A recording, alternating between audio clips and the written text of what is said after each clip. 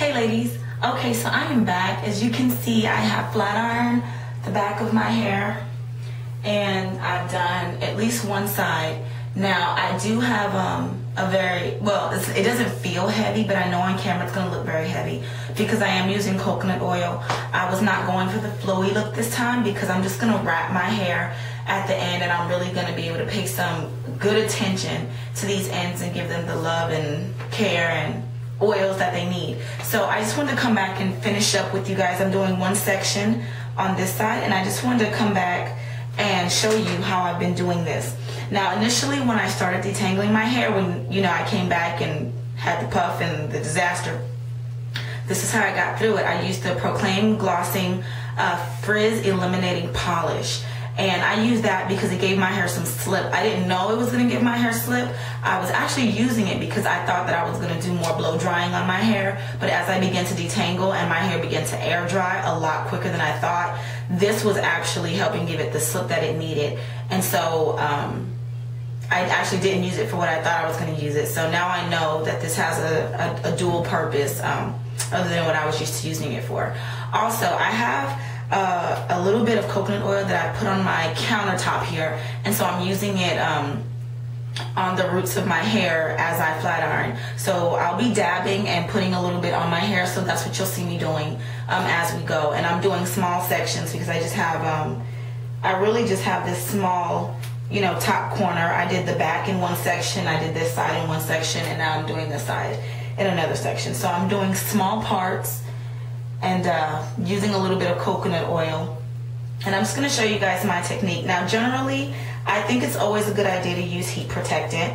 I am actually using my FHI heat platform. I got this on eBay. It was about $70 plus shipping, or with the shipping, I don't remember. It was a great deal though.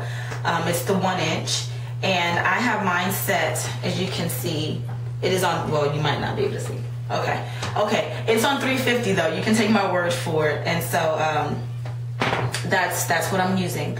So I'll begin with a little bit of coconut oil on my finger, and basically I'm just trying to get this new growth, and you're gonna see that it's gonna carry down and leave a nice little shine. So I'm coming up here and I'm getting the roots first, and then I just go ahead and bring this down, and you can see by doing the smaller sections I am able to do less passes, which is a good thing. Not that I use heat a lot in the first place, and you shouldn't use it too often, but at least at one point, at least twice a month, I was doing it. More recently, I've just been doing braid outs and twist outs and things like that, so I haven't used much heat in the last 2 months. But yes, so some form of heat protectant. And mind you that if you're following this as a tutorial, just know that if you're going for a certain look, if you're copying what I'm doing, you're probably your hair's gonna look a little bit like mine. It's not gonna look flowy and bouncy, but I can have another tutorial to where I do show you how to achieve that look too, because basically it would just, I'm sorry I didn't get this enough. It would just include you not using as much oil. Usually during the dry out process, I'll put a little oil on my hair and I'll let it, air dry that way. And then it'll just automatically, for me, act as my heat protectant. And then it'll just be nice and shiny and it won't be heavy at all. But for this look, it is going to be a little bit oilier. And it shouldn't be a lot oilier. It just should be a little bit oilier, shiny. Just using a little bit. But I like the way it helps me tackle this new growth up here first. So as you can see, I'm going to try to get pretty close, and hopefully you can see that. Just flatten out those roots first and then come down like this. And so along the way, I've just been checking out my roots as I go. My ends as I go. And if it looks a little frilly, I'm snipping them. No, these are not trimming shears. They're regular, sharp, very, very, very, very sharp scissors that I like to use for my trimming. And it seems to work pretty well. They seem to work pretty well. I got them free at a school that I was working with. And no, I did not take them. They were giving to me. We had a conference or a workshop, and they were giving us school supplies. So don't be stealing office supplies. That's not nice. Okay. So I'm just gonna, you know, gear up on my pace because this really doesn't take very long. Once I get to the top, I'm pretty much home free. I just wanted to show you guys. Okay, so this smile on my face should let you know that we are near the end, and I just have one more little piece to go, and I'm feeling really good about it.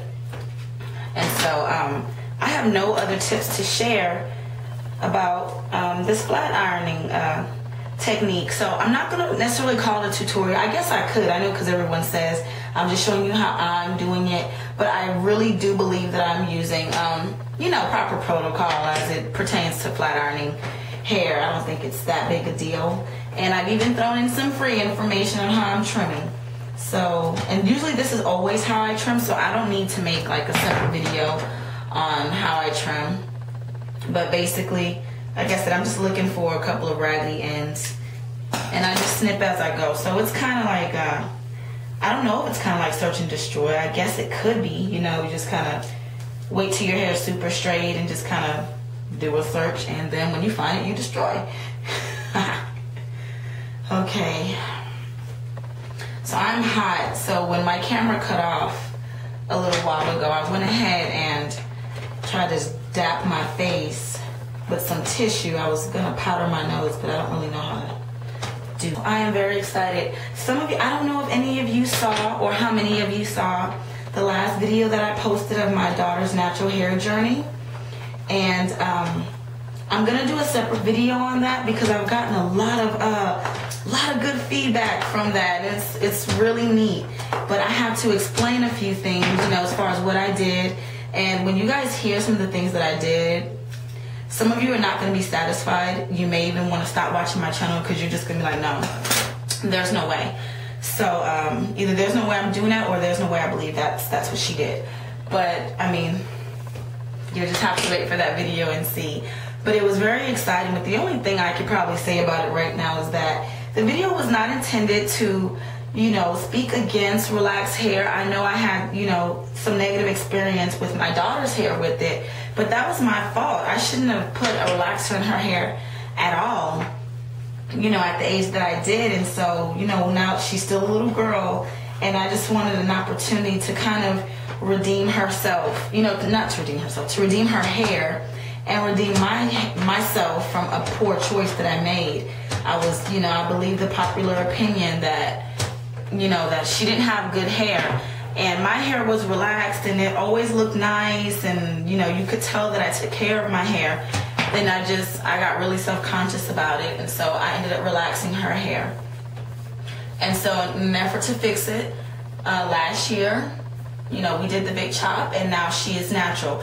But I wasn't enforcing or going against anyone who has relaxed hair. I believe you can have healthy, good-looking, relaxed hair, and I think you can have healthy, good-looking, natural hair, or bad relaxed hair, you know, bad-looking relaxed hair, or bad-looking natural hair. The truth is hair, and it's all a preference. So I just wanted to kind of state that as my disclaimer. But moving along, I am done, and I said I was going to wrap this. I am. I'm probably not going to wrap it at this minute because I have other things that I need to do. So, oh, it feels so good to comb through it now. How nice. Look how that glides. You guys saw me earlier trying to get through. So I'm very excited.